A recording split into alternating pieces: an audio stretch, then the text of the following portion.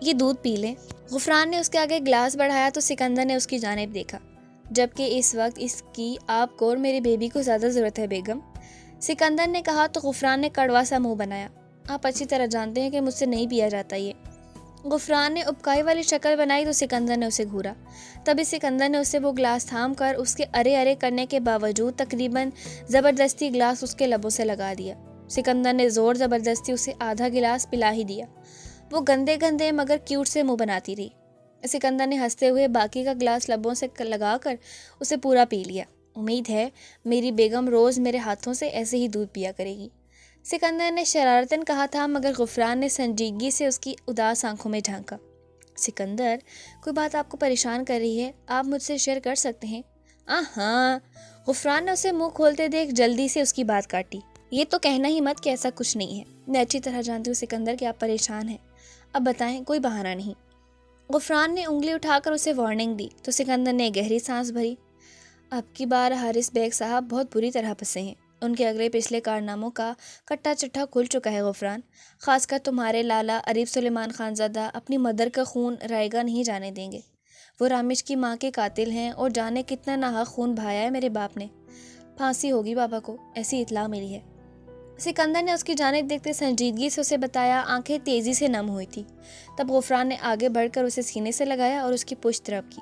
آپ پلیز پریشان نہ ہو، ہر انسان کو اپنے کیے اعمال کو بھگتنا پڑتا ہے سکندر، پلیز سنبھالیں اپنے آپ کو، سب ٹھیک ہو جائے گا، غفران نے کہا تو سکندر نے اس کے گرد اپنے بازوؤں کا گھیرا تنگ کیا۔ وہ اس کی روح کی ساتھی تھی اور اب ہر قدم پر یہ ثابت کر دیتی تھی کہ غفران اس کے اندر تک جھانک لیا کرتی ہے۔ سکندر نے پیچھے ہو کر مسکرا کر اسے دیکھا۔ کوئی ایسا طریقہ ہے میری بیگم اپنی شوہر کی اداسی دور کر دے؟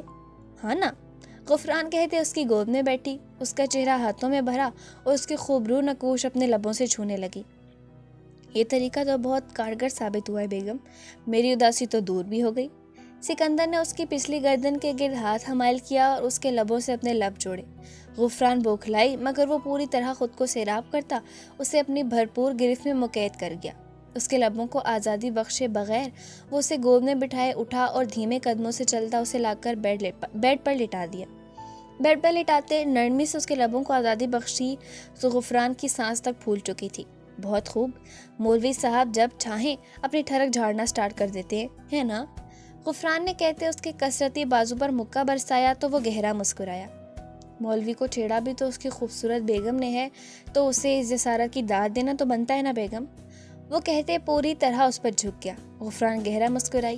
اب اس کی شدت بھری محبت سے دامن بچانا ذرا مشکل کام تھا، تبھی اس نے خود کو اپنے جسم و جاں کے مالک کے سپرد کر دیا۔ سوہن بابا کا انتظار کرتی رہی۔ وہ تقریباً مغرب کے وقت گھر لوٹ آئے تھے، کافی پریشان لگ رہے تھے مگر سوہن کے سامنے اپنے تاثرات پر بھرپور طریقے سے قابو پانے کی کوشش کی۔ بابا، آپ کے دوست ٹھیک تو ہیں نا، اور یش کدھر ہیں؟